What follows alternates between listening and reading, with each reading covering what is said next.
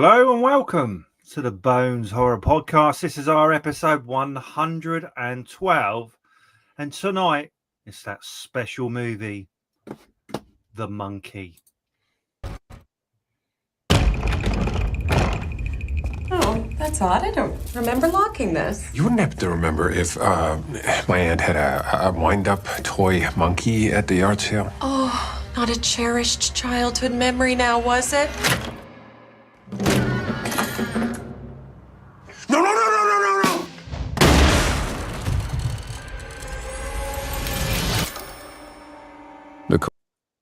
That's enough to get us banned. So, when a twin brother finds a mysterious wind-up monkey, a series of outrageous deaths tear a family apart. Amazing. I'm looking forward to chatting about this one. So tonight we got myself, Kev, Larry, Jess, and Hello. Ewan. Ooh. This really exciting episode of The Monkey. Who wants to start first? Well, the trailer there, No, the monkey wasn't actually in the cupboard, was it? In the film? I think he might have appeared there briefly. Oh. He just used to I appear didn't all think over he the was place. actually there. I thought he was because he was at the spoiler alert at the brother's house. I think that was the part of the I'm sure they trailer cut there. out. That was the end of the film, wasn't it? Or towards. Plus, the second monkey half of acts in different ways where it Mm. doesn't really give you a specific outline as to what it can and cannot do. Mm. You know, it kind of leaves that very vague. See, does I'm hop in my around. head. I'm imagining like Chucky, or Mm. like he's like in the car. He's got up and then walked over to the front seat of the car. Yeah, we see. sat there. I kind of thought the monkey is a bit more like spectral. It kind of manages to Yeah. sort of Mm. transfer. I just quite like the quickly. idea of this little monkey with a drum just running around. Well, they more like Annabelle, I think. they insinuate as well. Again, spoilers probably from here on out, I guess, just in case. But like they insinuate as well that like there's a scene where the brother gets like a cleaver or an axe, like something, and he cuts off its limbs and it starts to bleed. So it kind of insinuates that it's like alive and it's pissed from him doing that because he keeps having recurring dreams of him getting cut up by the monkey. Mhm. Yeah, I mean I think it's it's definitely not a bad film. Like, one thing I will give the film is that it's not boring. Like the last watch, it's not one that I would ever turn around to and be like, "Oh God, don't watch that." You didn't like it kills, then? You thought that was boring? That is the one that the one that we reviewed last week. Yeah, the week before? Yeah. The week before, the yeah. last episode. Yeah, you didn't Yeah, find no, I found didn't like boring? that. Oh, wow. Yes, yes, I am thinking of the right film. Yes, I think can't Lawrence even is remember quite it. clear about it. Just wanted to double check. I can't even. It took me a second there. That's how much it stayed in my brain that I forgot what you were talking about. Yeah, this is definitely not forgettable. I think that there are things in this film that it does really well. I think the acting is one of the things that I was such a relief and a bring up from the last pick. But I also I think we've talked about this just briefly before going live, but I think one of my only issues with the film is that it doesn't quite know if it wants to be set in like a sort of grounded reality of like specifically with the deaths. So for instance, like with some of the deaths, like you wind up this monkey, and if you put the key in and you wind it up, then inevitably someone's going to die. And you don't know sort of who. Obviously, it's like kind of alluded to that whoever's winding up the monkey kind of connected to them. But I kind of feel like the deaths, it doesn't quite know how to make its mind up of fantastical and then based in a reality. So an example, someone dies by having I believe it's is it an aneurysm? Mhm. Yeah. Yeah, someone dies having an aneurysm suddenly, but then other characters die by Mm. toilet in a pool and Yeah. explode. It's funny though, because I really enjoyed the film up to certain points. The thing is with the deaths is that I actually quite enjoyed all of them because it's quite this film is which I didn't actually expect is actually very funny. I Mhm. actually didn't Yeah. expect it to be funny. And I read an interview with Osgood Perkins, who's the director and the writer, well, the adapter of a Stephen King short story. He said that I think he said he saw the film more as a comedy than a straightforward horror. In fact, I think there was a script at some point, I think written by someone else, uh, and it sort of I think Osgood Perkins looked at it and he said this is just too serious. It's just not, and it's not really appealing from that point of view. And so he decided to sort of zhuzh it up with humor, and I think that actually is the film's greatest feature. And I think that's kind of why I like the deaths, because there's something quite almost tragically funny about it, and I think there's a kind of theme around how death is often quite random and quite Yeah, and I bizarre. don't disagree with you. I don't disagree with you with that. Like, I definitely think that it leans heavily into like all the how. I just find I just find that like if with one of the like with one death where it's like which was in the clip, like a shotgun falling out of, unlocking a door and a shotgun falls and it blowing someone apart, and you're like, whoa. To then having another point where wasps or bees choke Yeah, a man yeah. out. And it's just like, I don't know, like, but I don't disagree with you that it definitely is meant to be more comical. I mean, from the opening, where I want to say the actor's name's Adam Scott, is that his name? Yeah. Great cameo From as well. from Parks and Recreation, Yeah, and and Severance and things like Severance. yeah. But yeah, just from his introduction, like from the very beginning, you kind of get like a tone set for you of like, okay, but yeah, I don't know. I think that's what I mean. It's like it's definitely not a bad film at all. It's really enjoyable. I think that I started just certain points. I was like, well, which way are we going? And it's just Yeah.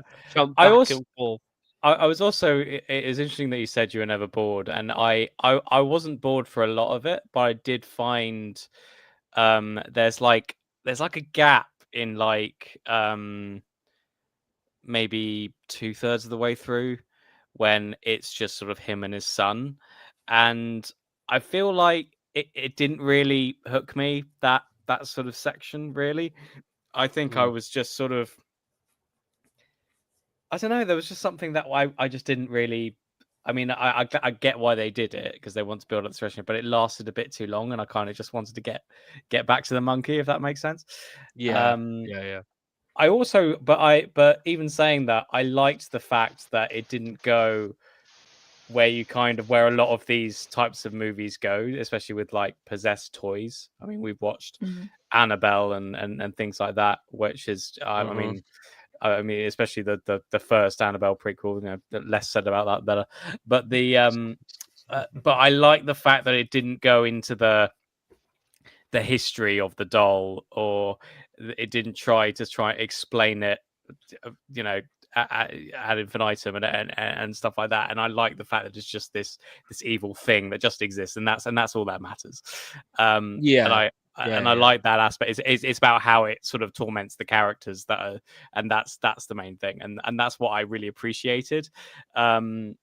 I think because I get kind of sick of that when I watch these types of movies, and it then the sort of the turning point is like, okay, we're going to focus on the doll for the rest of the film now. I'm just like, I don't care. I just it's just don't care how this doll was possessed. Just tell me what. Yeah. So I actually really appreciated that, and I think the best parts of the movie are the beginning and the end, personally. Because I just, again, I really like those deaths, and I like the fact that I do agree that there's a kind of because you said that it wasn't sure whether it wanted the deaths to be all this and the other. I do sort of echo that slightly in the sense that I think it is a film that almost can't really decide what it wants to be either. In the sense that I actually think it's a horror film that's trying to be an art house movie as well. Which is fine. But it's sort of, you can see that sort of incongruousness, and I actually really liked a lot of the surrealism aspects, especially like the cheerleaders. But again, it's sort of it does feel like two different films in a sense. Yeah. And again, there's so much that I like, so many bits that I like from a kind of death existential perspective, especially the end, even though it's incredibly silly. But I like the fact that it ends up, spoilers, in a kind of apocalyptic scenario, and then he stops and he sees, and it's actually referenced I think twice beforehand, the sort of the pale horse and the sort of death riding on it, from the Book of Revelation specifically, and it's and I do like that, and he sort of looks into death and it sort of like goes by, and it's I do enjoy that. It's just I just wonder if it really fits together, and I don't think it quite fits together. It fits together enough to enjoy it, but I don't think it's profound or it really sort of sticks together.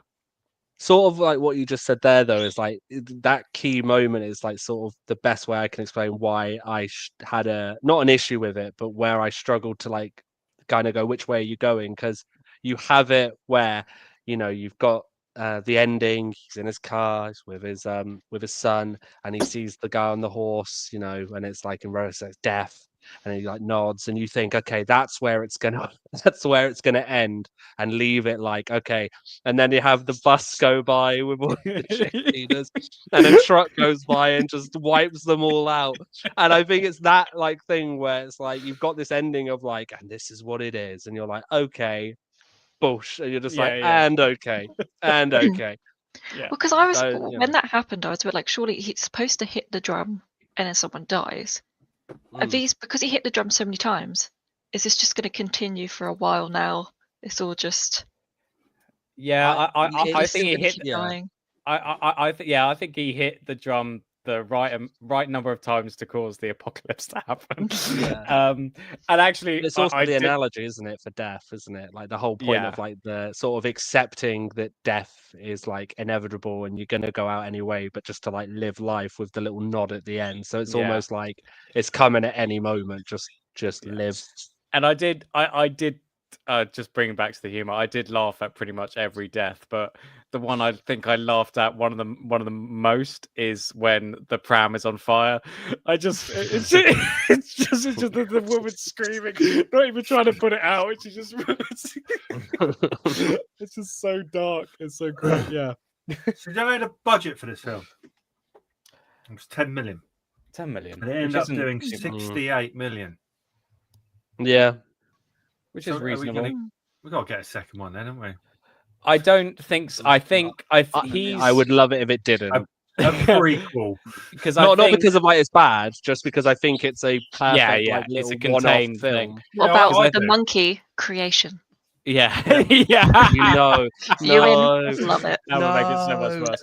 But I think it's part of a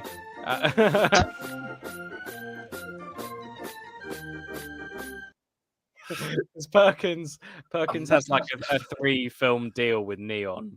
So the first one was Longlegs, which is, I think we can all agree, was superior to this film in almost every way. I thought so.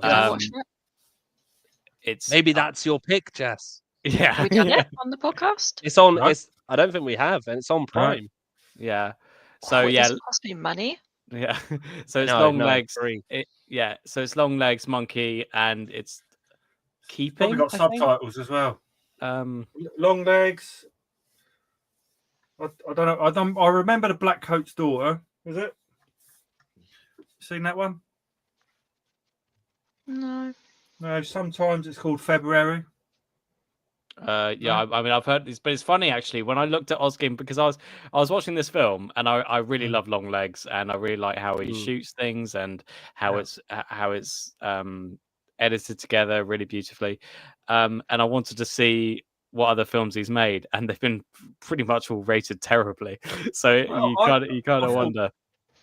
Longlegs suffered from that. Longlegs suffered from that as well, though, didn't it? Because and correct me if I'm wrong with this. I remember when seeing like all the promotion for Longlegs, and they were like, Nicolas Cage is his face, like they didn't show it, and they were like, oh, listen to the heartbeat of the actress, like, and we put a thing on her, and I'll put it in our group chat where they did it, and I remember watching that and thinking, this looks really good. Watched it, thought it was really, really good, but then would hear only negative things like, oh, how Longlegs failed.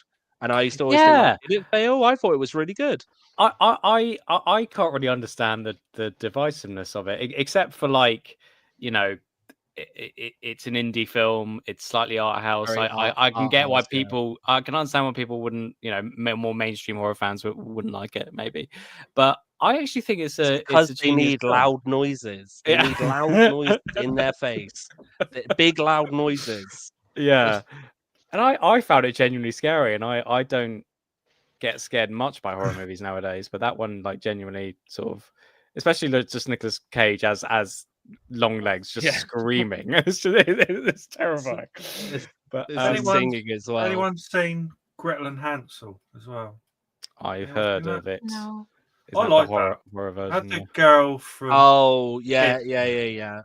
For a second, I thought you meant the Hansel and Gretel film. That's like the action film. That's like quite gory. But no, you mean I know which one. Put that out of my mind. So yeah, he directed that one as well. I think it's a guilty pleasure for me. I think that one. It shouldn't be because it's very dumb. But yeah. So Rotten Tomatoes, what we thinking? 76. 77. I'm not sure if it's done well. I reckon it's in the 60s. Oh, I was one off. I guessed it earlier. I guessed it earlier, genuinely, and I did get it right because Shane looked it up, and I was like, "Don't tell me," because I want to actually guess it on the podcast because I always look it up beforehand. I was like, "Oh, is it higher or lower? Like, give me, And he just laughed. I was like, "Oh, I got it right. Cool." So at the end of this film, I got a bit confused. Why are airplanes crashing and stuff? Well, because all they had to do was kill the pilot. Really, he could have. Yeah, he drummed, didn't he? Like an immense amount, basically in causing the apocalypse. So the plane like crashing is just a fun way to like sort of show it of like it's not just someone like in little monkey can cause the apocalypse. I mean, he's caused so much through this film that surely cannot be a. How has he done that? He caused someone to explode in a pool. He caused bees to make someone choke on them. The electrical side of things with the pool, I just don't think it's possible. No. For an explosion. How exactly did that happen again? What was what dropped into the water? Something. Aircon unit. Yeah, aircon unit. Right. There's an awful lot of power going. Well, there's an awful lot of amps running into an aircon unit, which is falling into the water. But I'm not sure it's enough to make someone explode on contact.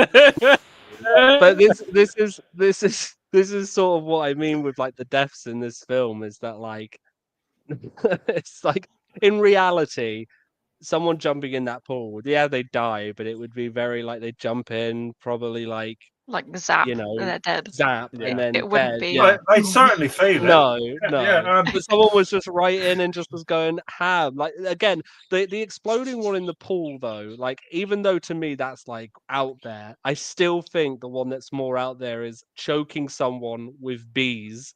The bees flying through this guy's mouth, like and just being like, what is happening? So I'm watching this film thinking, is this set in the same world as Final Destination? And if it was, it wouldn't have surprised me. The deaths were very, very similar. All of them stupid, majority of the time. It's funny you should mention this. Yeah. It's funny you should mention this. Me and Ria only last week watched Final Destinations 1 through to the new one. Well, I like the new one. And it was a very interesting journey. Did it feel like you were watching the same film over and over again? Yeah, but you know what's funny is that I'll try and go through this really quick. We watched the first one and we were both like, God, yeah, it's funny how much they've changed. Watch the second one and we're like, yeah, that's pretty good. I like the premise of that one. They do.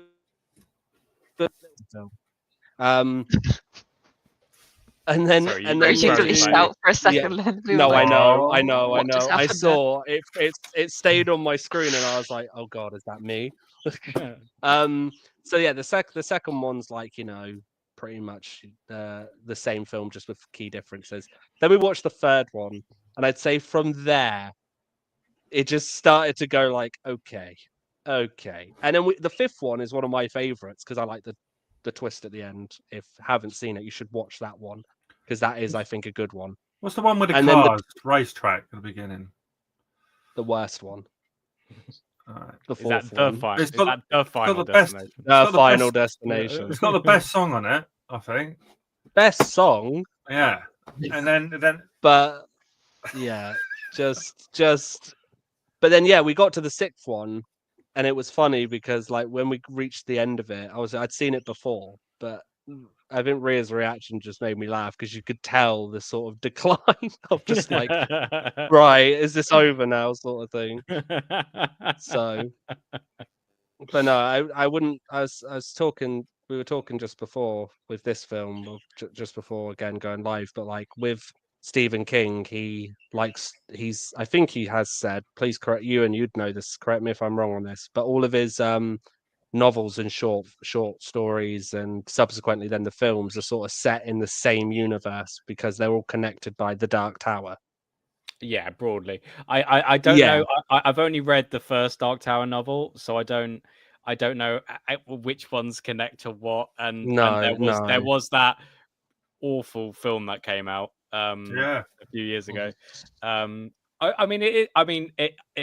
I feel like the Dark Tower series is something you've got to devote your time to because I think there are about 9 novels or something like that, and some of them are massive. So it's sort of and it's all very complicated and very meta. And I think Stephen King himself appears in one of them, so it's sort of deliberately trying to do that. But yeah, I mean, it's also interesting as well because this is the third Stephen King adaptation come out this year.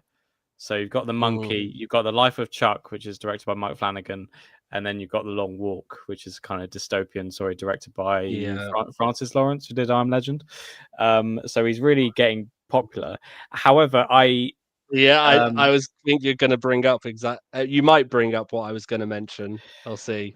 Well, I was just going to say it's interesting. I mean, I don't think this is among the best Stephen King adaptations, much less the best adaptations of his short stories. So you got you pretty much the short story adaptations are pretty much widely regarded as the best, and even to King. So you got Shawshank Redemption, The Mist, and Stand By Me. Those are the sort of 3 ones that are the best known. Obviously, I think The Shining is better than all of them, but Shining is very divisive. But interestingly, I read that Frank Darabont was originally attached to The Monkey. This was years and years ago when he was doing I think he was doing The Mist. And he said he was going to do 2 more adaptations. He was going to do The Monkey and The Long Walk. So clearly at some point they sort of ran out of his hands. But it did make me think what a Frank Darabont Monkey would have looked like. Because it's sort of, I don't know, The Mist, I thought The Mist was very, very good. Some people didn't like it, but I thought it was very good. But yeah, it kind of makes you think. But at the same time, Osgood Perkins, son of Anthony Perkins, who was what's his face, Psycho, Norman Bates. And but interestingly enough as well, I read in this interview that Osgood Perkins isn't a massive fan of horror. He sort of said that he think it's fine, but he's not obsessed with it, and he often doesn't think about it a lot. I think it's just something that he can do, and he's much more influenced by Scorsese and Tarantino and people like that. And you can kind of see the Tarantino going through it, I think. With Frank Darabont is one of, in my opinion, just like somebody who understands horror. I really do think that he has an knack for it. Like, he did my favorite adaptation of The Blob, which, like, comically, like, you hear The Blob and people like instinctively like laugh at it, or they go like, "Oh, do you mean the Steve McQueen one?" And it's like, no, the Frank Darabont did a almost remake of The Blob, and it's just, I love it because it's just somebody who understands horror and goes, "How do I make a blob scary?" And I think he does a great job. So I would love for him to do more films in the universe. And he was one of the major developers behind the Walking Dead, wasn't he? Until he left after the first season.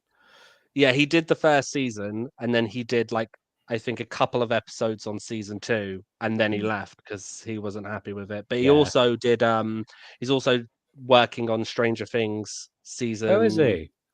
Season 5. He's shooting 2 episodes, I think. Oh, excellent. I'll look forward to that then. Yeah.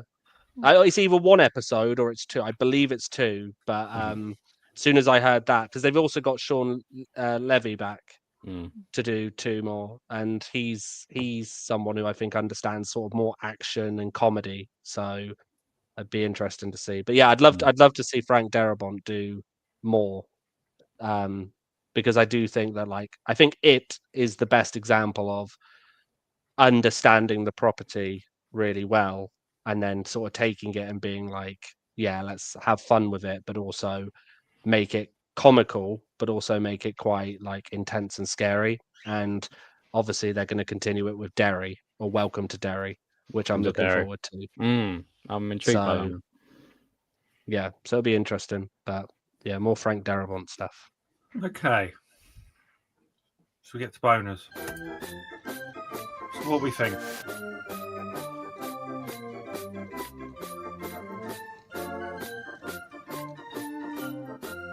I'm going to give it a 7. I just really wanted no one to speak. Yeah, mate, I found it entertaining. The kills were great. It confused me as ever. Stephen King, can't really go wrong. Oh, wow, it's on repeat. It's on repeat. Keep going. We've got bonus. So, yeah, one of us may die in a minute. So,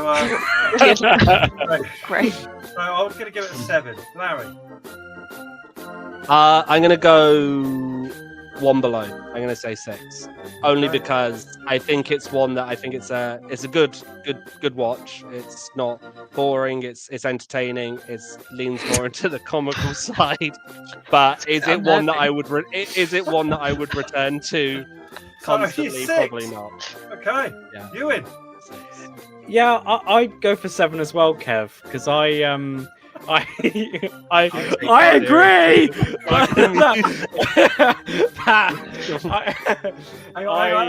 Hang on. How's that? How's that? It's exactly the same. All right, okay. So just picture the monkey in your brain, Ewan. Yeah. Smashing the cymbals. Yeah, I enjoyed it very much. I thought, as I say, I thought the middle section was a bit slow, but then it sort of rose up again. I really liked the deaths. I thought they were all very funny, and I think, interestingly, I think a lot of horror films have lost their humor, or at least a lot of what ones around it. And I think this is kind of a perfect example of how horror can be incredibly funny. Yeah. And I also love the existential features.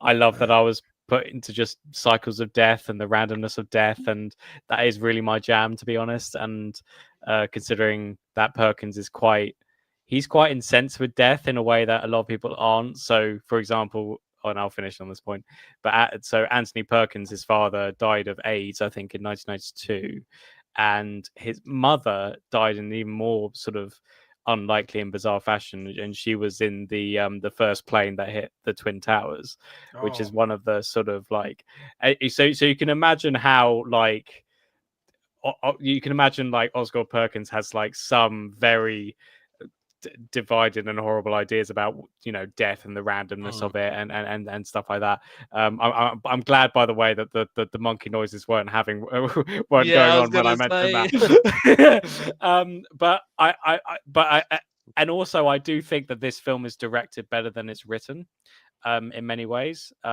because it's very absorbing visually, and sort of I think the actors are blocked very well, but I think the script is just not quite there, and certainly not on the same standards as Longlegs. So yeah, I enjoyed it, but I think I wouldn't really watch it again as you, Lawrence. So yeah, 7 bonus.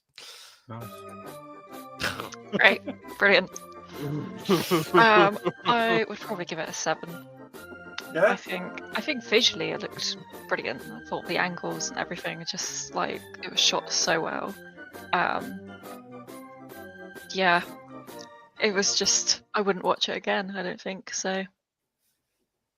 No, it's not going to repeat. Don't worry. Oh, God. I thought it was going to. It's gonna die. So what do you give it? 6, 7? 7. Okay. Three 7s and a 6. That's pretty good. Oh, great! I enjoyed watching that one. I think I'd watched it. Hang on, someone's given it a 7 just because. Just because, Yeah. love that. Shall we move on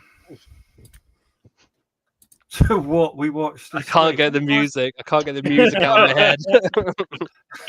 I found it really struggled. I really struggled to think as it was going on. Yeah, it's hard, isn't it?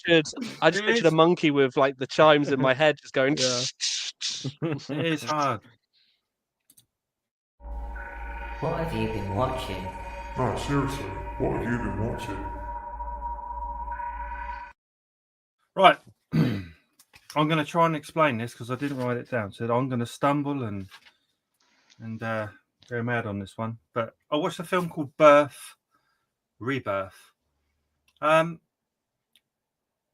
let me try and explain this.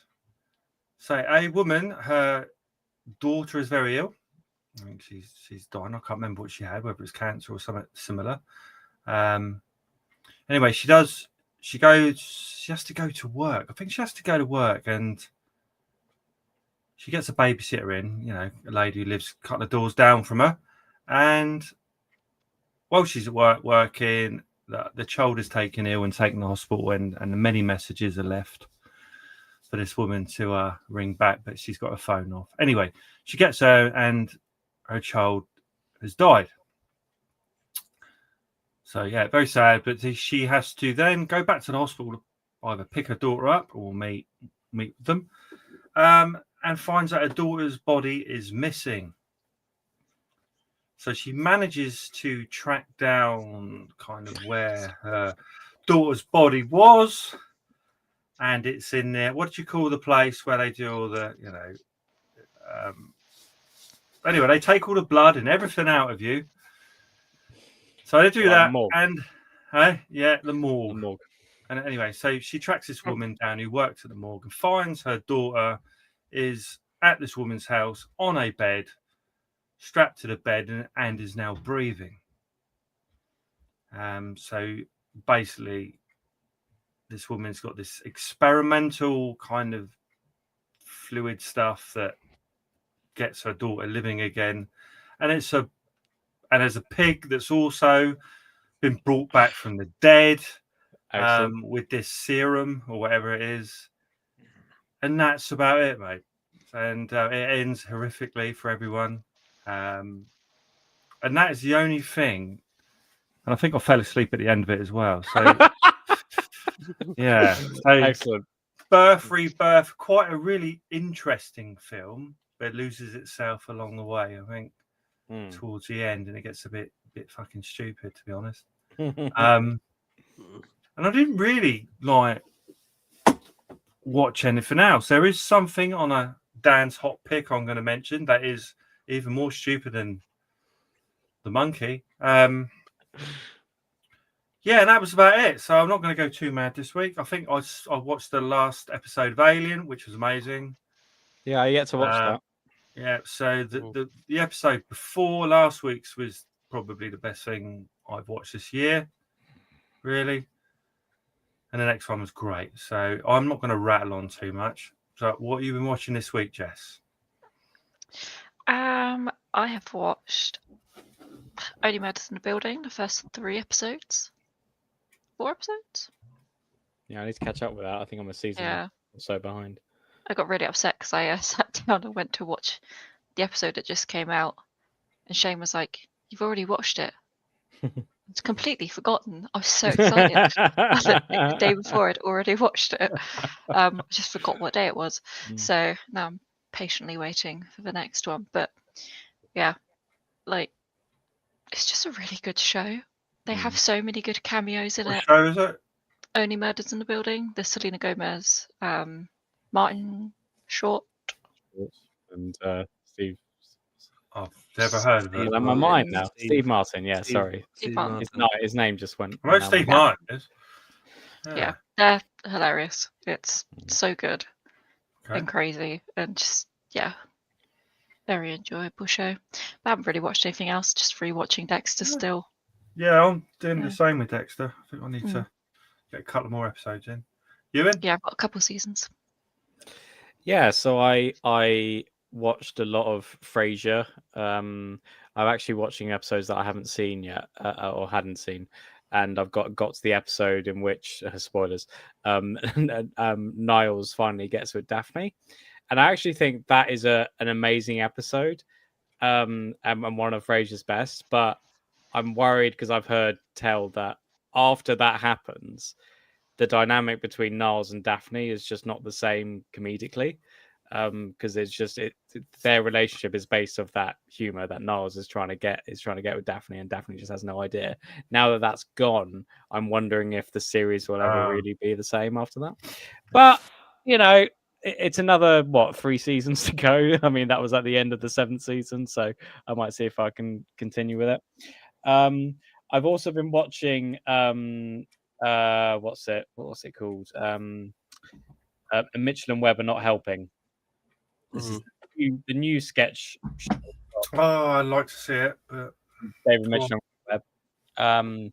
Actually, very, very good. I was worried at first because the first sketch wasn't. Well, at least I didn't find it very funny, and so I was like, "Oh, okay, they're starting with this one. This might be a long haul." And then it got so much funnier from there, and much ruder, I think, than the BBC series that was like 10 years. So there's a lot more. What channel is it on? What's it on? Channel 4. Oh, okay. Channel 4. Is it Peep Show kind of level humour? Yeah, well, again, it's sketch comedy. Yeah, sketch comedy. But I don't know, with the way the world is now, can they be as funny or as controversial as they were? It's like, it's in a funny place, comedy at the moment. It is, I suppose it is, but I think they do very well, and they often take the piss out of that to a certain degree, because in the original show, they have scenes in like the writers' room or between like the real writers and them, and they talk about, is this right, and is this right, and I think that's quite a good level to pitch it at, and I do love some of the sketches. Just make me laugh out loud, like I can't remember what it's called now. It's like the sweary Australian drama, in which everyone just has a go at each other, and they're all trying to get the land to a house, and it's like, I own this fucking farm, and it's just like proceeds from there. And it's funny because the first one of that as well, I didn't laugh much at, but every time it's like repeated, I just fall into tears because for some reason it just gets to me. And then there's like the Foley artist who can only record sounds with his cock. He just says like literally the director just comes up to us like, okay, I think we should do like a lift going down a mine shaft or something like that, and he's like, right, yeah, I could do that with my cock. It's like, oh, what? Wow. So I think it's actually they're at a very good point, but the both of them with this show, and I've really enjoyed it, and I can't wait to continue. Brilliant. I've also been watching the new series of Educating Yorkshire, also Channel 4. So the previous show, I think, aired 12 years ago, something like that. So I wonder why TikTok have been throwing them up all the time. Yeah, and they've actually, because I actually think they've maybe on the run up to this show, this series, they've put lots of things on YouTube, lots of episodes on YouTube of the old educating and all the other educatings as well, to sort of watch, and that's probably why they keep popping up, and it's good. It's sort of good promo for them. But no, I've been really enjoying that. Despite and you sort of really empathize with children growing up these days, and there are so many great points. Like there's this arc about a kid who they strongly suspected of being neurodivergent or ADHD or something like that. And then it turns out he'd just been eating so much shit during the mornings. Just ate too much chocolate, too much sugar, had like coffee all the time, and it made him absolutely mental. And then when they eventually sort of got him like one of those food charts, which I don't think I've seen since school, to be honest, that sort of got him on the regime. But very good show. I recommend it. I think that's about it. Nice. Oh, and I did rewatch A Bug's Life last night, which is great. Great film. My favorite Disney film. Such a good film. It's brilliant. I honestly haven't seen it since I was about 9, so it was weird because I'd watched it all the time when I was a kid, and so watching it with like my current mind and knowing how films work and everything like that, it's still brilliant, and I love that it's just like a Marxist parable as well. And yeah, it's brilliant. That's it. Larry. So I have been rewatching with Ria The Rings of Power season 2 because we are big Lord of the Rings fans. I was really enjoying season 1, and I haven't even finished that yet. So I need to get back on that. I haven't started season 2. I mean, isn't season 2 like better than season 1? Start it honestly. Watch if you can. Just watch season 2. Finish season 1. But for me, season 1 did a thing where it was like, I was so hyped of like, oh my God, we're going back into Lord of the Rings. And like, this is going to be the story of Sauron's rise to power and all that. And season 1, I think, did this thing where it took a bit of liberty with like, okay, here's the story, but let's expand here and we'll go into depth here. But also we're going to focus on like characters and sort of, I guess, try and flesh the world out. But for me, I feel like it kind of lacked a lot of substance, and it ended in a way where it was like, okay, there you go. You've got that first season out of the way to now go into it, and season 2, in my opinion, does that brilliant. It's I think that there's still more they could do, and I am looking forward to seeing like what season 3 holds. But without spoiling it, it really goes into like Sauron and delves into that, which I really like. I also really excited because obviously Andy Serkis is set to direct The Hunt for Gollum, which is produced by Peter Jackson and the original people that put on the Lord of the Rings, and they've already said like it's going to feel like a prelude to the Fellowship of the Ring. So I am over the moon for that to come. Wasn't there? Because I remember, like, I think this might have been before uni or something, maybe when I was a teenager, that there was a fan film called The Hunt for Gollum, which is all about the hunt for Gollum. And I sort of wonder how they would compare. I think that was like first like touched upon, because when they said they're going to do Hunt for Gollum, I think a lot of people were like, there's a fan film of Hunt for Gollum and it's really good. So I think the idea is that they're going to obviously expand and do things with the story. I know that Ian McKellen, Elijah Wood, and I think Orlando Bloom have already I don't know if Orlando Bloom's confirmed it, but I know Elijah Wood and Ian McKellen are definitely in it, which is interesting because Frodo isn't in The Hunt for Gollum. So it's like, are they going to try and like link it up, or and do also, I think they're going. What is The Hunt for Gollum? What? It's when Aragorn. The story is when Gandalf. Yeah. It's not it's in the appendices. Short, it's like a short sort of story. So isn't it Gandalf enlists Aragorn to try and find Smeagol / Gollum so that he doesn't spill the beans to Sauron. Which in the Fellowship of the Ring, obviously there are moments from The Hunt for Gollum that they kind of splice in, and like where he's getting tortured by Sauron and he gives the name of the Shire, Baggins. But yeah, exactly. That scared the shit out of me then. I was like, but yeah, I think what they'll do, and this is just my opinion of it. I think what they're going to do is they'll do it where like they'll cut it between Frodo being with Gollum. Yes, hello. They'll cut it with it's Frodo. like a cushion came alive. Hello, little doggy. She's just sat with me. She's enjoying the podcast. So there you go. You're the same haircut. It's nice, mate.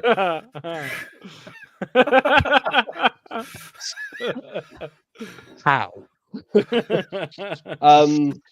Yeah, I think that they'll do it where Andy Serkis will do it in a way, and I'm only speculating, but if they're going to have Frodo in it, I think it will be where Gollum's with Frodo in the Two Towers, and then Gollum will be telling Frodo the story, or like something like that, maybe. But I mean, we didn't really cover Elijah Wood's cameo in the Monkey, but yeah. But Elijah Wood is what, in his 40s now, and they'll use something. I'm sure, but it's like when he was in when he was featured in the Hobbit movies, like he obviously he was 10 years older, and you could see it then. So I guess you're right, but it's sort of, Elijah Wood was 19 years old when he was in Lord of the Rings. It's the same as Viggo Mortensen. Is that how you say his name? Mortensen. That's it. He like, for instance, I think every Lord of the Rings fan agrees, like he's like was the perfect Aragorn. Yeah, like he is fantastic. And then to almost do the Hunt for Gollum, you're like, he's openly said many times, he's like, yeah, I'd return to this world if the script is like good. So in my eyes, I'm like, that's surely enough to bring him back. But I worry the same thing of, obviously he ages different in Lord of the Rings, but there is going to be a noticeable difference. So it's weird to kind of go, how are you going to do that? But honestly, I'm just happy that we're getting more in the and from the original team. I have to watch it now. I might start that. Yeah. The only other thing really, and this is kind of like, I've had to rewatch a lot of my films that I've done, because trying to get them all to a point where they can be sort of like changed or edited in a way where they can be put out more to a sort of wider. So like, for instance, like with shorts and stuff like that, which has been quite fun, but at the same time a bit of a ball ache. Yeah, I mean, that's another thing that I've watched. I've watched a lot of Lawrence's shorts on YouTube. Oh, cool. Usually the ones where you're playing some sort of game or playing games, or like, unveiling your Transformers steelbook or whatever. Yeah, I like those ones. Yeah, Transformers. Did you see the Lord of the Rings one? Did I see Lord of the Rings? I can't remember. No. Go on there and watch the Lord of the Rings one, because I think Twisters as well. There's that Twisters one you brought out again. Another steelbook that I would have never thought of buying. I love Twister and Twisters. What was the first one, Larry? Because that was good. What was the first one? Jurassic Park. I don't know if it was that. It was definitely another one. It's a beautiful. I have done. Yeah. I have done Jurassic Park. Yeah. It. No, I want that. 1 and 2. I've got the Lord of the Rings steelbook collection. Want that one? No. Nope. Yeah, it was Nope. Twisters. That had a monkey in it, didn't it? Nope. Was there a monkey in Nope? Yeah, there was. Twisters. Yeah. Transformers box set. Transformers, like box the 2 set. films. Why, Lawrence? Why? Who watches that? Do you know what's crazy is that the first one is the one that I like the most, and then all the others sort of declined. But hey ho, I found one in my box. I've got a little box set. Tenet. Well, that's great. That's still box set. Tenet is another one, but I got that steelbook custom made. Because they didn't actually make a steelbook, so somebody very kindly made it for me, and it very is kindly made it, and you paid for it. Yeah. Yeah, but you know, like when people obviously like offer a service, and you think like, oh god, they're Yeah. going to charge extortionate. Yeah. What I found crazy was I paid cheaper than a normal steelbook, and the quality when it arrived, I was literally like, I think the reason why as well is the person who made it. I don't even know if they still have their shop open, which is sad because the quality is fantastic. But they do kind of say like, hey, we don't give the film, we're just doing the steelbook, which kind of makes sense.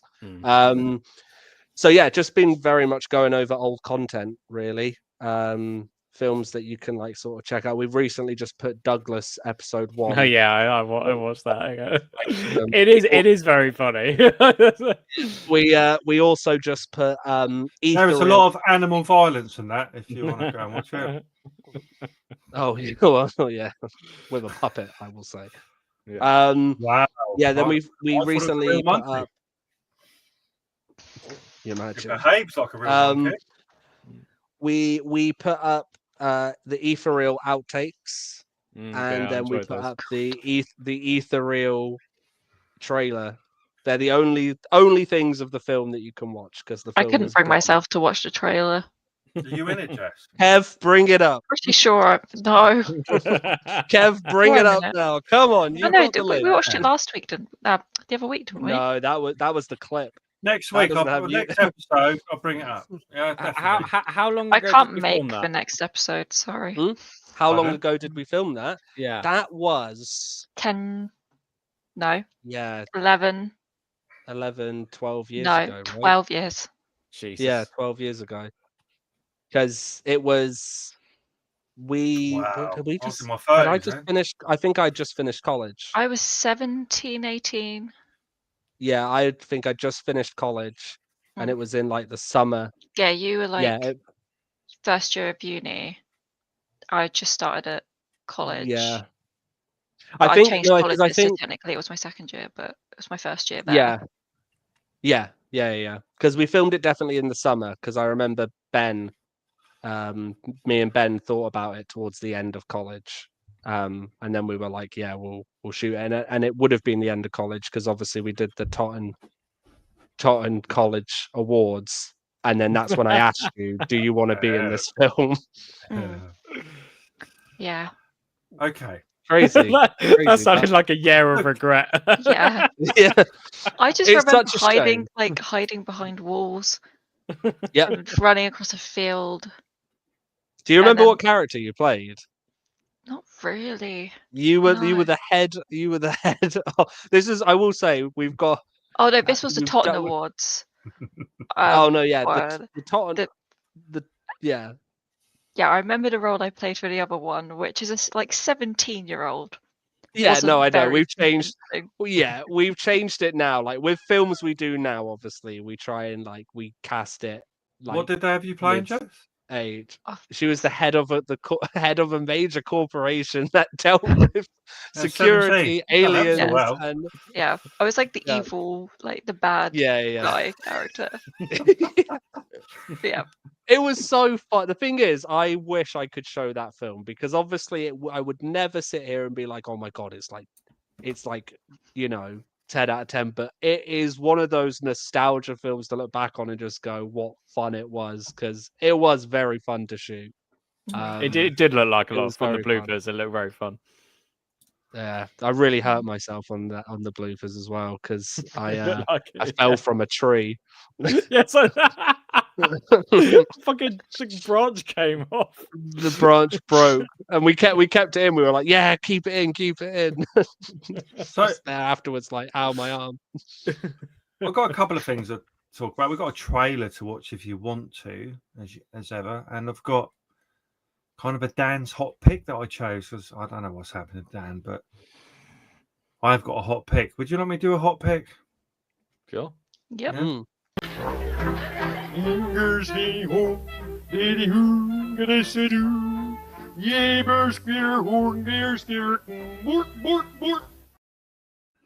Everyone went the wrong way. It's a bit embarrassing. I've watched this. It's a bit embarrassing. I've watched this film really. was called Piranha Woman, and it came up, and there's a load of Amazon. There's a load of Amazon kind of what I thought were shorts, like 28-minute, 30-minute shorts.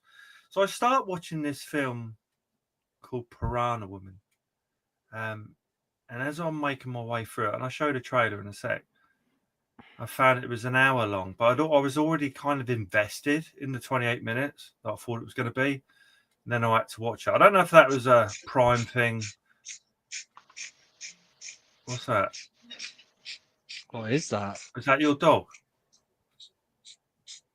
So maybe this will help. I don't know if you can hear that. It's weird, whatever it is. It's that. It's the monkey. Oh, it sounds like someone's scratching a microphone. Yeah. I played it earlier when Kev was speaking. I don't know if Ewan heard it because I saw him. I did. It sounded like maracas. I'm used to strange noises coming from one of you most of the time. So let's have a look at this Piranha Woman, and then I'll explain what happens. And I'm just hoping that it doesn't show too much. That she get eaten by piranhas. What the hell do you think happened to that guy? Fingerprints ID the victim as one Gary Handley, out-of-towner from Scranton. Is this he taken? Yeah. As expected, the victim's lungs are filled with water, but it's chlorinated water. Chlorinated water, like from a swimming pool. I'm feeling weaker every day. Maybe it's time we see a new doctor. Something experimental. Experimental. I have an appointment scheduled for later today. I know I can help you, Alexia. The question is, are you prepared to take the next step? I don't think I understand. One small injection. Where have they stolen that music from? Yeah, I was gonna say that's from a recent trailer. Yeah. Right. You want spoilers? She's the piranha. Is she half piranha? Okay, these people. There's her in particular. She's, I think, dying of cancer. It doesn't really say, and she's been to lots of different treatments and all that lot. And she goes to see that fella you just saw a minute ago, the doctor, and he's like, "Yeah, you ain't got long, love." And but we may have a treatment that'll work for you. So he takes her to this room that you saw at the end there, and it's like the CGI is so bad it is literally an image of some piranhas. It's not really a piranha kind of pool or fish tank, if you want to call it. And she goes, "Well, we take some DNA from sharks, and they can regenerate themselves, and so can piranhas. So what we're hoping is we'll inject you with this stuff, bit like the other film, really, and it's going to help you regenerate, and you'll be cured of cancer." And then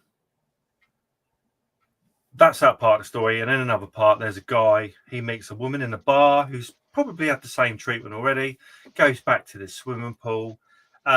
She strips off to her bikini bottoms, he's in the swimming pool, and her mouth kind of changes into a piranha's mouth, and her breasts, her nipple parts, become piranha mouths, and they get eaten. And that is kind of how the film is, and it is the weirdest fucking film I've ever seen. But why they felt the need for 3 different women to have kind of their nipples turn into piranha mouths, I don't know. It's something you may want to watch. I don't know if you want to watch it, but I was invested in it. I watched the first bit. So within the first few minutes, it shows someone getting eaten by this piranha lady. And then it goes into this kind of story about one of the guys has had a promotion, the other one's pissed off about it. And it's like there's a proper story going on. And then I'm thinking, this story's taken for ages and nothing's happened, really. That's when I found out it wasn't really 28 minutes long. It was an hour long. And by then I watched it all. And yeah, it's an odd one. There's a lot of our American listeners or viewers that would love this. Be right up their street. I had fun with it, as in it's so bad it's good kind of scenario. Yeah, you might like it, Larry. I don't know, but it's interesting. CGI was horrendous. As a filmmaker, Larry, you might kind of get what they're trying to do. I just think they failed in certain ways. That's the thing when making a film. I think and I think all of us here can, because we've all worked on films, whether they be in like uni or after the fact or in the future working on some. But it's tricky because you either have a very confident step forward in, I think, of what you're going to make, or you kind of go in like, and okay. Yeah. But there was a decision they made somewhere along the line for these topless ladies for their boobs to grow mouths. Yeah. I mean, I've already thought of a better idea. Yeah. If it's like sorry, I don't know what's going on with my voice at the moment. If they had it like The Thing, where it's like a mouth in the stomach and it was a piranha mouth, I felt like that would have been better. And you could even have the gratuity of the nipples showing if you wanted, without any like. But they had a mouth doing it and But do you know what they probably thought? Do you know what they probably thought? They were probably writing it and they probably like read it back and thought, is this gratuitous? Like, we need a real reason, which I agree with you. That's enough reason, especially if you're in water. But they probably sat there and thought, well, let's be more creative. And then, someone was just sat there, probably like, maybe high. And probably turned and was like, my God, the mouths on the nipples. And then they all went, whoa. It was only about 2 years old, this film. And Amazon have got quite a few of these kind of shorter horror films on at the moment, if you look. It's only because I watch a lot of horror, it shows me them all the time. Do you know, though, that it's funny, though, that you mentioned, like, with this, like, there's only one other film that springs to mind of, like, sort of body horror where doing it in a way where I don't actually think the film does it in a grotesque way, but I think it's an interesting enough premise of a fear that could be had is the film Teeth. Oh, I've heard of that. I've never been tempted to watch it though. No, but like for a film that you hear the premise and you think like, oh my God, like what the hell? It's actually done in a way where it's explain the premise. Well, yeah, it's a young girl who discovers she has teeth downstairs, and basically she finds it's like herself a monster vagina, isn't it? Yeah, but she finds herself on the cusp of like she's going like with through like puberty, and so she's having different like different stages of like her life through the film. But it's interesting how they play it off, because obviously it's played in a way of like a horror sort of thing, but it's also played in a way of like a drama and a comedy. But it's not grotesque. Like they don't like show loads of stuff. It's just one that like it's one to like that my brain just went to with when you're doing something like this where it's clearly a niche thing of like, oh, let's have it where someone's like body is mixed with something or has something. I like The Fly. Yeah. Hello. It's kind of the substance as well that kind of fits in some ways. But although it's I don't funny, think this film was on that level at all. Probably not. But it just reminded me of like injecting something and it turned out to be awful. That kind of sort of substance flavor. I still haven't seen that. It's great. It's a great film. Yeah, I do need to see it. So I've got one trailer to watch if you want to. Sure. If you want to. Where are we? Oh, you bastards! Why are you torturing me like this? Why? That's the camera. You want to watch this trailer with us? That's the Silent Zone.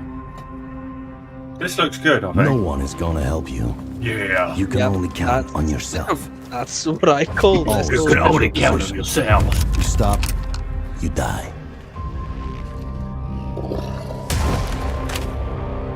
You are hunted by the most dangerous animal on the planet. Man. Yeah. Humans. A scout? Yeah. So the pack must be nearby. Put your hands up! It was Mad Max and a zombie unit.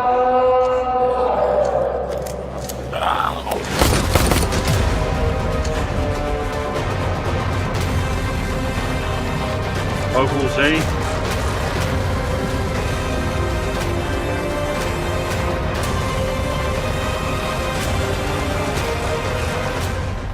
I thought we were far enough. Far enough don't exist, sweetheart. Do you know what's crazy about that is there are some shots in that look really low budget, but then there are other shots that look like, oh, that looks really well done. Yeah. That's called that's called Silent Zone. I'm not sure when it's out. There was about 4 trailers I could have shown us tonight. I thought actually that one looked reasonably interesting to me. I'd be willing to watch it. Yeah, I'm not sure if it would be any good. No. What was the zombie film with tables and chairs in?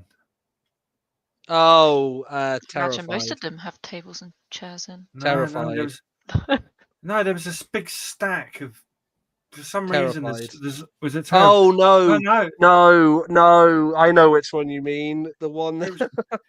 You mean tables and chairs? Yeah, he means the zombies have started stacking them up. He means the one that was on Netflix. It was the French. It was the French film on Netflix, and then they stacked all the chairs and towers like pyramids. Right. Okay. It was really good. It was actually really good. Okay. Yeah. Silent Zone. I think you were on the podcast at that point when we watched it. You were. I think Paul chose it. Probably went. Yeah. Straight I think Paul chose it, and we ripped him. What was it called? Oh. I thought it was really good. You'd like it as well, to be fair. Yeah, it says it's a zombie. It's a zombie film. It's got like zombies in it. It's very much like it's like stacks of shit, wasn't it? Tellies. It's an art house zombie film, but it's French New Wave, basically. Cool. Like very that style. So thanks for watch this. No, I was being a bit. I was being pretentious. I'm being a dick in my head, but I'm not going to be a dick. Is it because of the French New Wave comment? Yeah, I think you've got that wrong. Yeah. No. Yeah, I know. I realise. I mean, it's more lends itself to the. It lends itself more to art house. I realised as I said it, I was like, shit.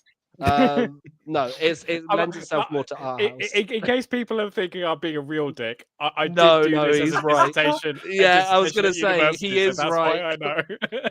As soon as I said it, I saw your face and went, "Oh bollocks!" I've said it.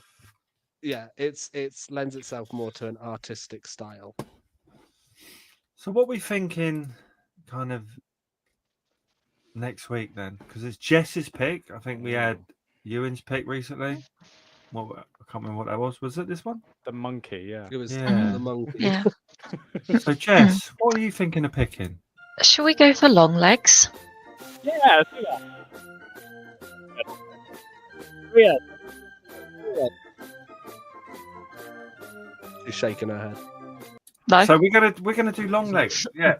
So I went to the cinema with Alex to see that. He said it was the worst thing he'd ever seen. Your brother? Mm-hmm. Are you watching Alex? He might well be. What did you think about Alex? See if he says something. But we come out there, he did say it was boring and that, and to me it was very Silence of the Lambs come whatever was going on in it. But I loved it. So but we can talk about it all next week. So if you want to follow us on Twitter, it's the Bones Horror Pod. Instagram's the same, I think. Where else are we? You can email us at boneshorrorpod@gmail.com. Follow us on YouTube. Let's get this algorithm going. You know, for us to make any money, we need more subscribers. So please share. There'll be a load more kind of those short things going out. That's still a new thing to us. Certainly a new thing to me anyway. So, and in future there will be films. New films. We might put some specials. I feel films. So we might put some specials on at the end because I'd like to show Douglas at the end of each episode. I'd like to put an episode of Douglas on at the end to keep people for audio listeners. I'll be like, and if audio book. Is that you? Yeah. Is it you? Yeah, that's me. You've done well, me. man. Douglas starts a podcast. So and how many have you got? How many episodes have you got? There are technically 4. Is that all? Is that Christmas one? The running joke with Douglas is that there's a big gap between each episode. There's a few people who have asked. There's a few people who have asked when's episode 5. There's a few people who have asked where's episode 4 gone. What's stopping you from doing it? Re-editing. No. Are they already made? Huh? No. Episode 4 is, but it needs to be re-edited to be a little bit more PC. I don't think you should, because this podcast, if you go back and listen,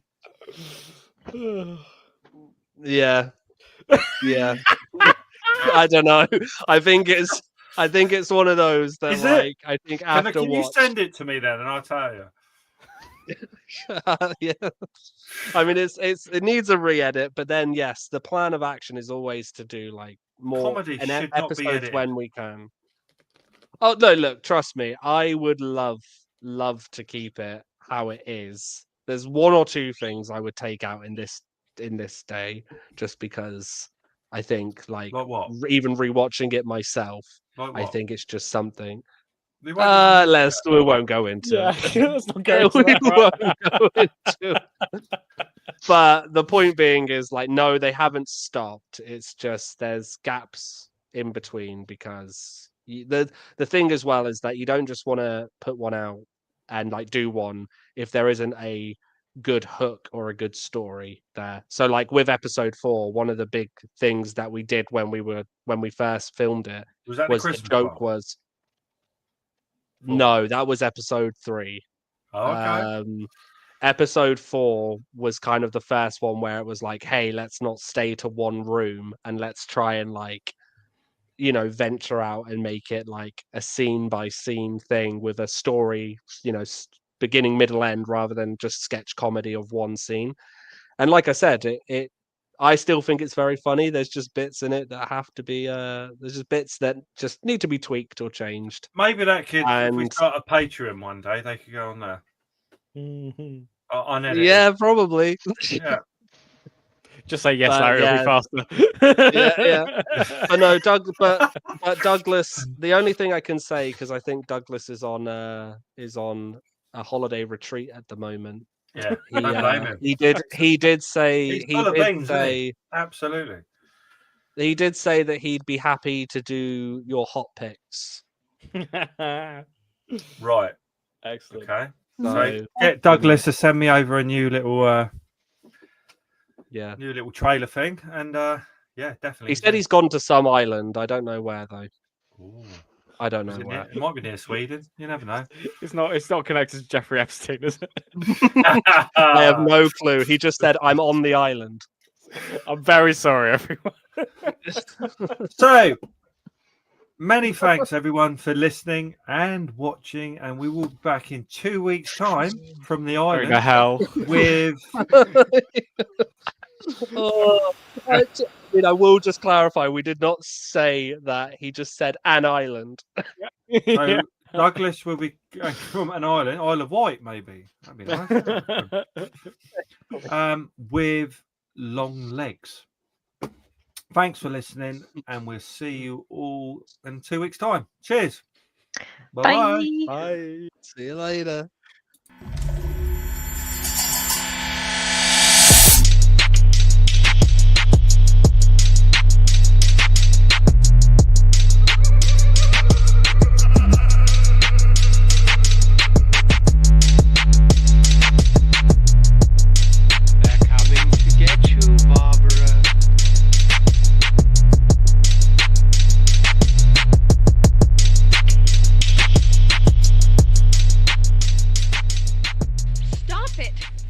ignorant.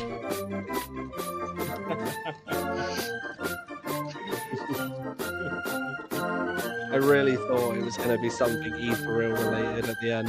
I really thought. Not this week. It definitely will be next. Hang Goodbye, on, everyone. live. Bye. Yeah. Oh, now